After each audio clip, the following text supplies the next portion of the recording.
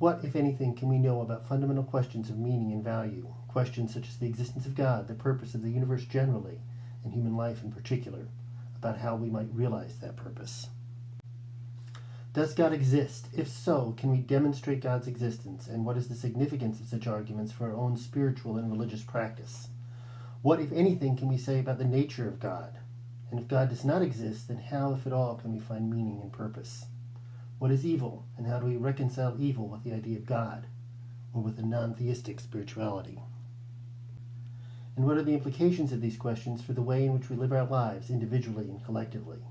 Is there such thing as a non-theistic, or even an atheistic spirituality? Welcome to Philosophy of Religion. My name is Tony Mansueto. This term we will explore these questions philosophically on the basis of what reason alone can tell us. But we will see that what we mean by reason, what reason can tell us about spiritual and religious questions, and thus the relationship between various ways of knowing, imaginative, scientific, philosophical, and mystical, are themselves disputed questions. And we will see that however abstract the arguments we explore, they always have significant practical implications.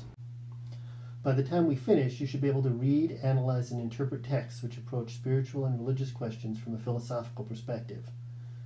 You should be able to take and defend an independent position on the questions we explore, and you should be able to articulate and act on the implications of those questions for your personal, professional, and public lives. Let's talk a little bit about how we're going to get there.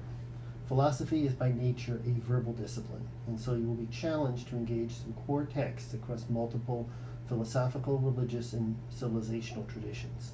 Some of these texts will be quite abstract, but you'll be focusing on short selections, and I will provide as much guidance as possible on how to read, analyze, and interpret them. But I will also provide introductory videos which explore the questions we're discussing, as well as the principal positions in the historic debate around those questions.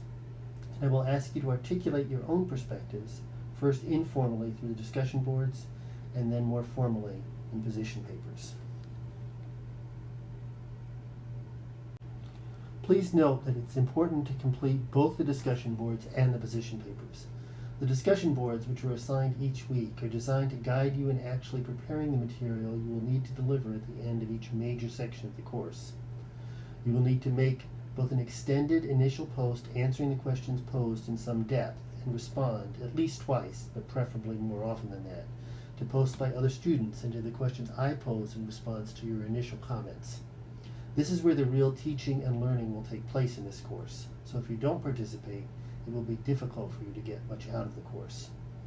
This said, in many cases, it will then actually be possible for you to cut and paste material from the discussion board and submit it as part of your position paper at the end of each major section of the course, provided, of course, that you revise it to create a coherent, well-argued case for your position.